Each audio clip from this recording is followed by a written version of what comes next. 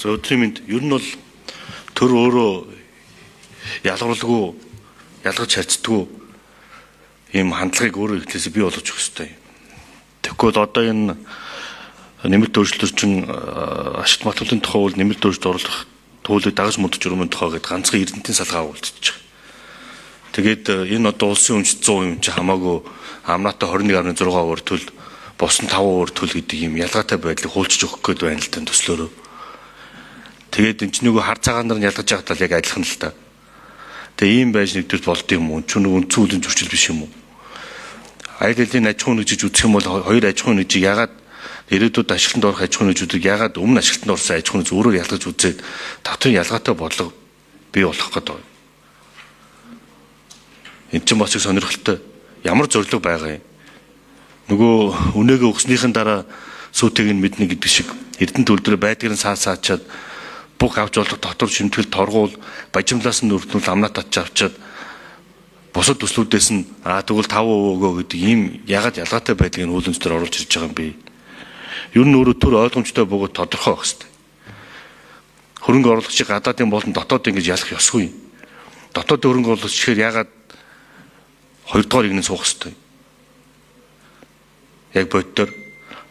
Тэгэхээр бид нар ийм зүйлүүд хүртэл ингээд энэ хууль өнцөд дахиад харах хэрэгтэй байгаа маа. За одоо дахиад нэг үүсэж байгаа нэг маш том асуудлууд нь байдаг. Төр болно гэд тусгай чөлөөнд олгочдөг. Болно болон тандаа наадах хийгээд. Тэр нь одоо гадаад хөрөнгөлж авах уу, дотоод хөрөнгөлж авах хамаагүй тэр бол 70 лот асуудал.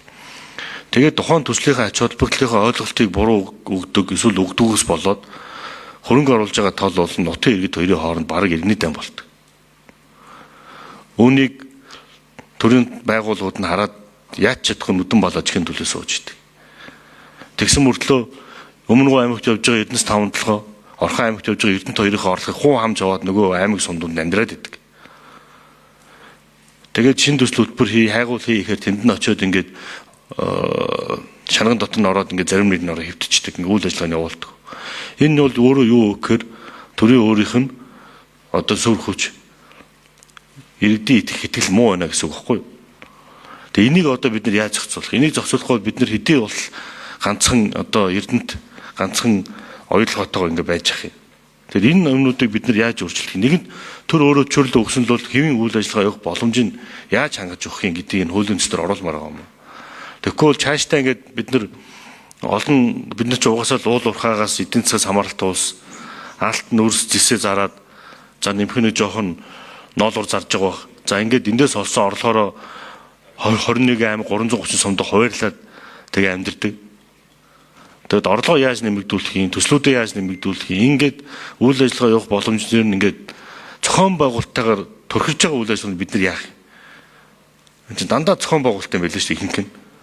Энэ зохион байгуулалтын үйл ажиллагаа ингээд төрхрээд ингээд явуулж байхад бид өнөөдөр энэ ашиг малтмалын үйлд мянган удаа гоё өөрчлөлт оруулаад дотрын эрх зүйн орчин хичнээн гоё болоод энэ үйл ажиллагаа явахгүй шүү дээ. Тэгээ бид нар эхлээд ер нь бас энэ талынхаа ажлыг илүү хийх ёстой байна гэж ингээд бодож байгаа юм. Тэгээд бодвол ажлын хэсэг гарах байлгүй ажлын хэсгээр ингэж ялгаатай хандж байгаа байдлыг ахиж битгий оруулаарай тэнд янзлаарай. Тэгэхгүй бол одоо чинь бүр арай дэндүүл ялгууртай хандж штэ. 21.6% 5% чинь яаж хоорондоо өрсөлдөх юм? Яаж энэ бизнесийн орчинд ширүүл болох юм? Яг бодтойгоор. Тэгэхээр энэ дээр илүү та хэд маань бас ажлын хэсэг гарахаар тэн дээр анхаараарай гэж хэлэх гэсэн.